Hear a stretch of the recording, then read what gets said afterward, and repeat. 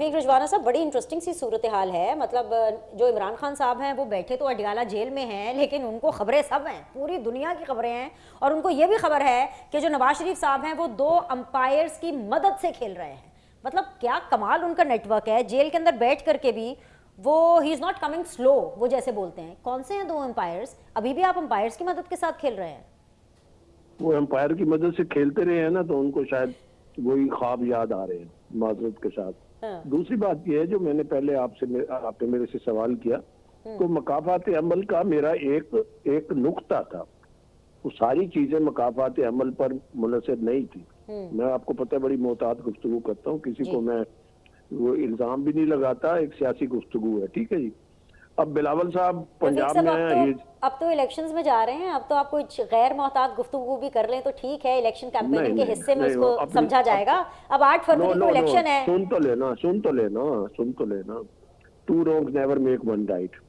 मुझे कोई बुरा कहते हैं तो मैं तो बुरा नहीं कहूंगा। पीपल्स पार्टी जो मर्जी कह ले, ठीक है। नवाज शरीफ के बारे में, मरियम नवाज साहबा के बारे में पीटीआई कह ले, ठीक है। मैं तो इतनी सी बात करता हूँ जो हकायक है। सारी चीजें, बल्ले का निशान नहीं मिला, नून लीग ने नहीं दिया, क्योंकि सुप्रीम कोर्ट में नून लीग बैठी थी। ऐसे ही है ना बकौल इनके, ठीक है जी। अच्छा, उसके बाद मुख्तलिफ निशानात मिले, आरओ का इलेक्शन है।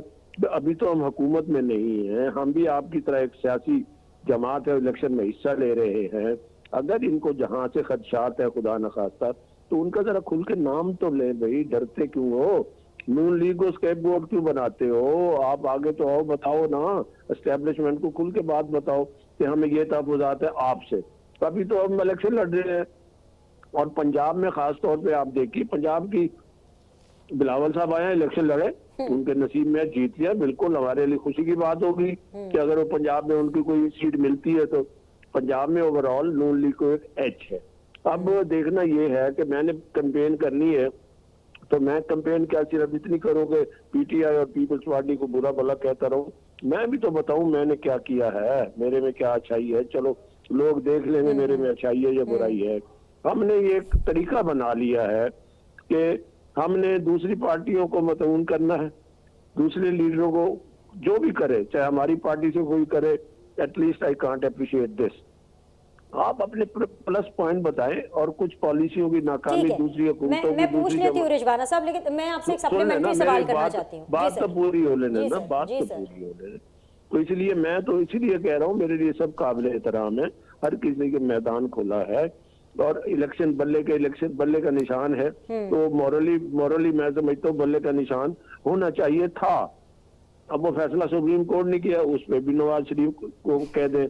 और फिर ये बात देखें, जब मैंने कहा था मकाफात अमल, तो मैं उसके लिए बैकग्राउंड में जा रहा था कि क्या कहते थे इमरान खान साहब कि मैं इनके जेल से एसी उतरवा दूंगा, इनको नहीं छोड़ूंगा।